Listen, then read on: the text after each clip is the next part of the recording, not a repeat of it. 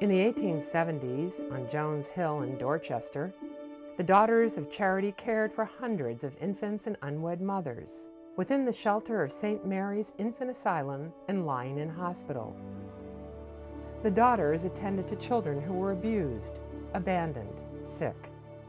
No child was ever turned away. By the 1920s, St. Mary's expanded and was renamed St. Margaret's Hospital.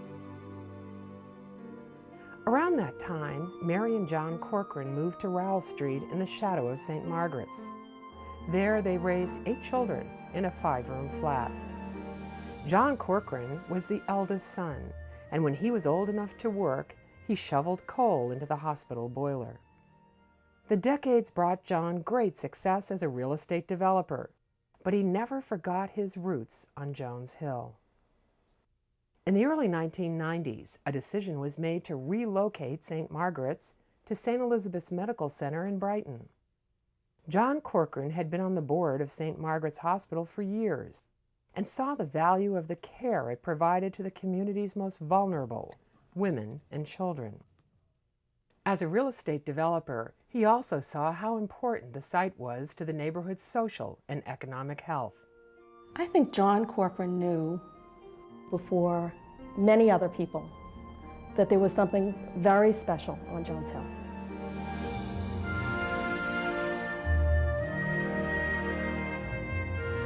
John felt, and I felt, that we should not let the building be abandoned because this is an old program. There's still need. He felt very, very strongly that people that were having trouble surviving, whether it was unwed mothers or orphans, that they should be helped.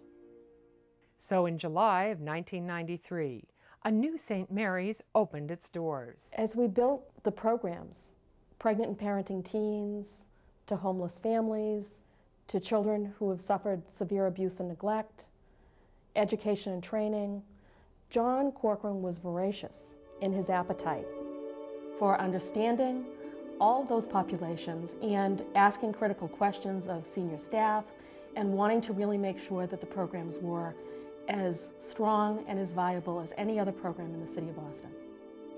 In 10 years of operation, St. Mary's Women and Children's Center has brought crucial support and hope to pregnant teens, homeless women, and at-risk children. Its core programs include St. Mary's Home, the Bridge Home, Margaret's House, and Women at Work. You can't stand up under there. Alexia came to live at St. Mary's Home when she was 15 years old and 8 months pregnant. And so when I found out I was pregnant, I'm like, dag, my life is over. Like, what am I gonna do? St. Mary's Home, the largest pregnant and parenting teen residential program in Boston, is a haven for young mothers who are otherwise homeless or trapped in abusive environments. Me and my brother got into an altercation and they thought it was best if I came here. St. Mary's Home helps young women overcome trauma and realize their potential for a better life.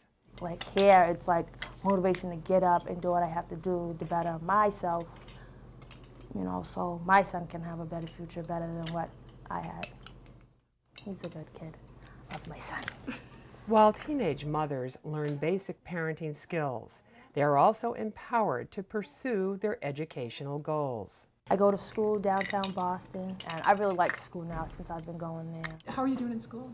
I'm doing good. I just got the honor roll. Last term, I got a C+, and my C+ turned to an A-. I got the honor roll. I'm million. Before the Bridge Home at St. Mary's, there were no emergency shelters for neglected or abused children under the age of 12 in Massachusetts. Sir Bastian was 4 when he was admitted to the Bridge Home. He came from a home where he was severely neglected. The Bridge Home, first and foremost, is a safe place, providing crisis intervention and assessment services for children and families. The Bridge Home was a place where, children came from bad situations. We teach them everyday coping skills, everyday life skills, from brushing their teeth to going to school regularly. We're just here to be that stepping stone in their life to help them make it. It's very difficult for children to just be uprooted and deposited someplace. And I think that from the Bridge home, and then his social workers, and his foster mother, and then finally us, he's been prepared very well each time to make a transition and really given skills along the way to do that. He's such an awesome kid. No one can imagine life without him. That we just fit together sort of like a puzzle in this family. The innovative Bridge Home pilot program was so successful that it has been replicated throughout the state. Oh, you do? I know you do. Brenda has settled into a new job. She and her 2 children are comfortable in their new apartment. But just a year ago, this family was living a much different story. Homeless, out of work, and lacking job skills, Brenda faced an uncertain future. Forced to seek a shelter, she and her 2 children ended up living here at St. Mary's for 9 months. She has stopped by today to visit with the people who helped her change her life. Margaret's House is unique because it offers families the opportunity to make some changes. How you doing? Margaret's House is the largest family shelter in the city of Boston. My room was this door. It provides transitional housing as well as a full range of education and training programs. It's a beautiful thing to have Brenda come and visit. I think that it gives the other women that are here inspiration. Each morning, Brenda takes her 2 children to school on her way to her new job. In the school? I'll find that, okay? I love you. While at St. Mary's, Brenda was part of the Women at Work program and now has a job at Blue Cross Blue Shield. Hi, good morning. The Women at Work program is a 16-week intensive course which offers instruction in office technology and the skills needed to succeed in the workplace.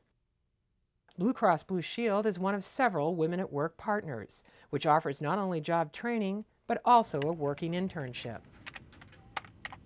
We found that it's really a win-win for both St. Mary's and for Blue Cross of Massachusetts. In many cases, we've actually had a number of those folks go from the internship right into a temporary position and then often onto a full-time role within the organization. I say to folks, St. Mary's is not your future, it's your present. Use this time while you're here to plan for your future and let us help you. For women like Brenda, who just a year ago was homeless, had no job skills and limited English, her future is now bright. I always have this dream. 5 years from here, I hope I will be in the school, in college.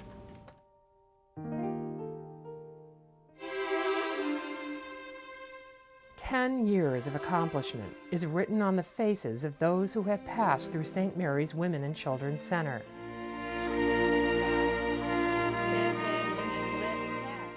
It is the face of hope renewed. It is a gift for the givers, for John Corcoran and those who followed his lead, for all who have contributed their time, love, and financial support. For John, it came down to 3 very simple words, and that was family, faith, and community. That was his commitment to St. Mary's until the day he died. John was clearly not just ill, but dying. And yet, somehow, his will is so dominant that he pulled himself together and he said, "John Keith and Arthur Wynn, you have to stand together." And I know what he meant. It was very clear what he meant. Men of goodwill, people of goodwill, really have to stand together and do the right thing.